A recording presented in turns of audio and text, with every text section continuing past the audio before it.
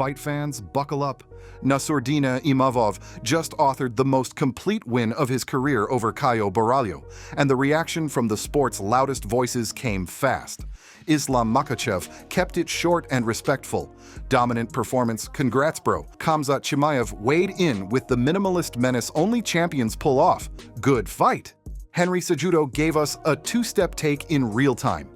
First, during the build-up he posted, Borralho is about to secure a title shot at the middleweight king Khamzat Chimaev. After 5 measured rounds, he pivoted. Great win for Imavov, but I think the winner of RDR/Fluffy is getting the next title shot. That's the pulse of the division in 2 posts. Instant elevation for Imavov, but the golden ticket still tied to a statement win by Reinier de Ridder versus Anthony Fluffy Hernandez.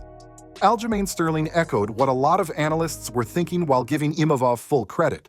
Another marquee win, but he questioned Borralho's game plan, saying he expected more frequent takedown looks. It matches the tape. Caio had windows to change rhythm with level changes, yet he chose to stand and solve Imavov's speed puzzle for long stretches. The longer he stayed at that range, the more Imavov's straight shots, spin threats, and pocket counters stacked control time without giving Caio the kind of clinch-to-mat sequences that can bank a round. Then came one of the night's spiciest posts, Strickland on his former training partner. In classic Strickland bluntness, Caio is my buddy, but he's an idiot. He trained with us and was useless. I'm cutting. I'm an alternate. So you're giving up 4 weeks of your camp cutting weight twice while having a fight coming up? Whoever told you to do that, please hit him. Strip away the trolling and the message is tactical. Double weight cuts to serve as an alternate can tax the exact attributes Caio needed: late, snap-on entries, stubborn hips, chain wrestling. If your plan A is stand-up versus a faster, more layered striker, you better own the transitions. He didn't. From the broadcast sphere, the Joe Rogan Roundtable praised the fight while pushing back on title shot right now. The gist: both stocks up, the fight was a war, but not the automatic ticket. If RDR/Fluffy closes with a finish, that winner could leapfrog. That dovetails with Adam Martin's view that a finish in that matchup likely stamps the next challenger, and with Adam Catterall and others who praised Imavov's speed and accuracy, yet noted the door is open for a statement elsewhere. The meta takeaway is clear. Imavov just won the debate about who the division's cleanest operator is in the mid to long range. His pacing was calm. His stance switches were purposeful. The spin threats kept Caio from setting his feet, and his clinch resets bled time off the clock. But the middleweight lane is crowded, and the UFC loves decisive endings. If de Ridder or Hernandez detonates a finish, we may still see matchmaking gravity pull that winner into Khamzat's orbit first. If that fight underwhelms, Imavov becomes the clean win plus momentum choice, especially with France behind him. One more brick to this wall came from Islam again, this time not about Nassourdine, but about the man many think could jump the queue with a finish. After all the celebrating, Makhachev tossed a sharp elbow into the conversation you sent us. Win or lose, Ruffy has 0 grappling. Whether you read Ruffy Fluffy as a typo or a dig, the point is brutal. Islam isn't sold on Hernandez's ground credentials. That's the smell of matchmaking pressure.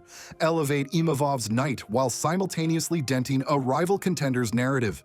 Who should get Khamzat next? Imavov on the strength of 5 clean rounds, or the Reinier de Ridder/Fluffy winner if they finish?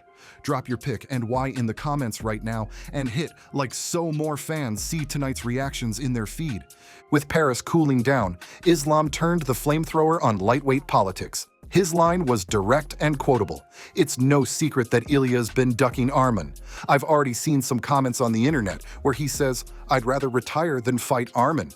That's not subtle. That's a billboard facing the champion's lane. Why say it now? 2 reasons. First, Arman Tsarukyan is the name hardcores keep circling as the most demanding wrestle grind in the class. Relentless entries, chain scrambles, top pressure that doesn't let you breathe. Hitting a double on Arman is one thing, surviving the next 90 seconds is the problem. Second, Ilia Topuria's brand thrives on confidence and control. He picks his words carefully and his targets even more carefully. Publicly framing Ilia as avoiding Arman is a narrative assault. It turns any future matchmaking decision into a referendum: fight Arman to prove your game, or defend the choice not to. It also spotlights a strategic crossroads. If Ilia is laser-focused on featherweight legacy fights, Islam's jab pushes the narrative up a division. If you're barking at lightweights or boxing stars, explain why Arman isn't first on the dance card. If Ilia aims for cross-sport spectacles, Islam's message becomes a loyalist's rallying cry. Keep the hierarchy honest, reward the wrestler willing to take anyone, and make the talkers back it up. None of this requires Ilia to answer tomorrow. And to be crystal clear, we're relaying Islam's words and the conversation they sparked, not inventing new claims. But in the oxygen of fight promotion, accusations of ducking are rocket fuel. Mention it once and it's spicy. Repeat it, and every press scrum will ask Ilia the same question until the matchup either materializes or a different fight steals the headline. Ilia Topuria didn't just rattle MMA cages this week, he poked the pound-for-pound lion. He said he'd knock out Terence "Bud" Crawford in a boxing ring, and Crawford has fired back on X, the post you referenced, with the trademark cool of a man who doesn't need to shout to land a shot. Bud also previously jabbed Ilia by saying Cody Garbrandt's pure boxing looks better than Topuria's. It's a double sting. First, you're not on my level from boxing royalty. Second, a comparison to an MMA bantamweight whose hands he rates higher than Ilia's. There are two layers here. The brand layer. Topuria's image is built on supreme confidence, highlight finishes, and crossover gravity. Exactly the traits that make I'd box Bud trend in minutes. The tactical layer. MMA striking not equal boxing. Ilia excels at layered entries, counters off the slip, and power through the pocket with 4-ounce gloves, takedown feints, and fence threats keeping opponents honest. Against Crawford in 16-ounce gloves with no clinch to wrestle bailout, the fight is a thesis defense in a foreign department. That's exactly why fans click, and why Bud's dismissal stings. When a generational boxer says your MMA boxing isn't the best even in your sport, you either ignore it or you prove the hands travel. And that's where Crawford's Garbrandt line hits hardest. Cody is known for tight, traditional boxing mechanics by MMA standards. Short combinations, balance on exits, classic pocket discipline.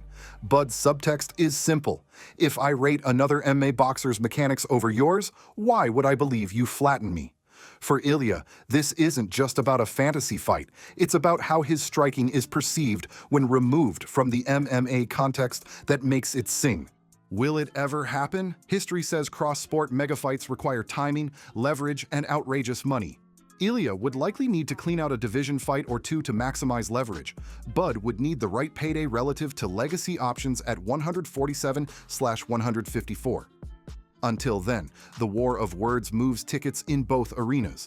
On to bantamweight, where the chessboard is always moving. Sean O'Malley vs. Song Yadong is being targeted for UFC 323 on December 6th. Targeted is not signed, but the industry smoke is thick around this one, and stylistically it's why fans love this division.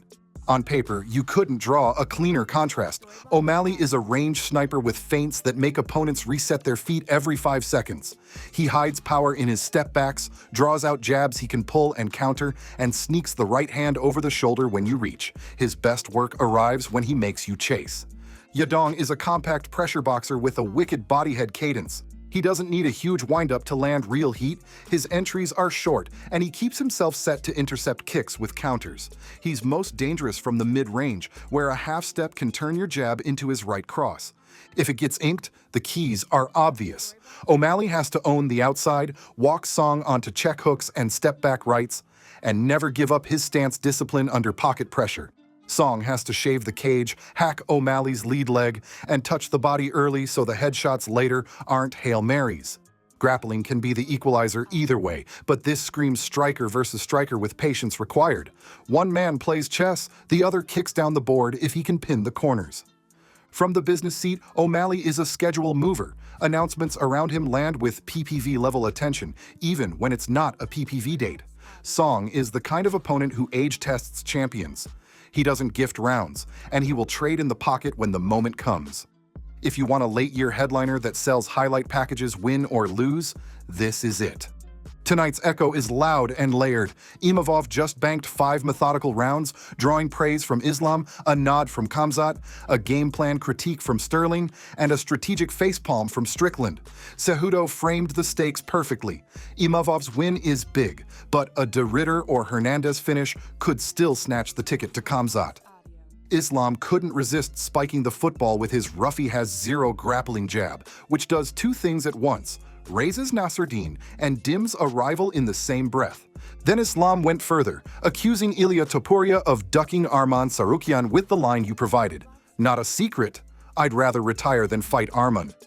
Whether you see it as gamesmanship or gospel, it forces the question into every scrum Ilia attends. Meanwhile, Topuria's boxing talk continues to brush the sport's third rail. Terence Crawford not only clapped back, but has previously said Cody Garbrandt's pure boxing looks better than Ilia's, which is both a technical critique and a brand body shot. And at bantamweight, O'Malley vs. Yadong circling UFC 323 gives us a clean stylistic duel to end the year if it gets over the line. If you want fight night news without the fluff and with the real quotes the fighters actually posted, subscribe, ring the bell, and tell us which matchup you want the UFC to book first out of tonight's drama. Imavov vs. Khamzat, RDR/Fluffy winner vs. Khamzat, Tsarukyan vs. Topuria, or O'Malley vs. Yadong. I'm reading every comment. See you there.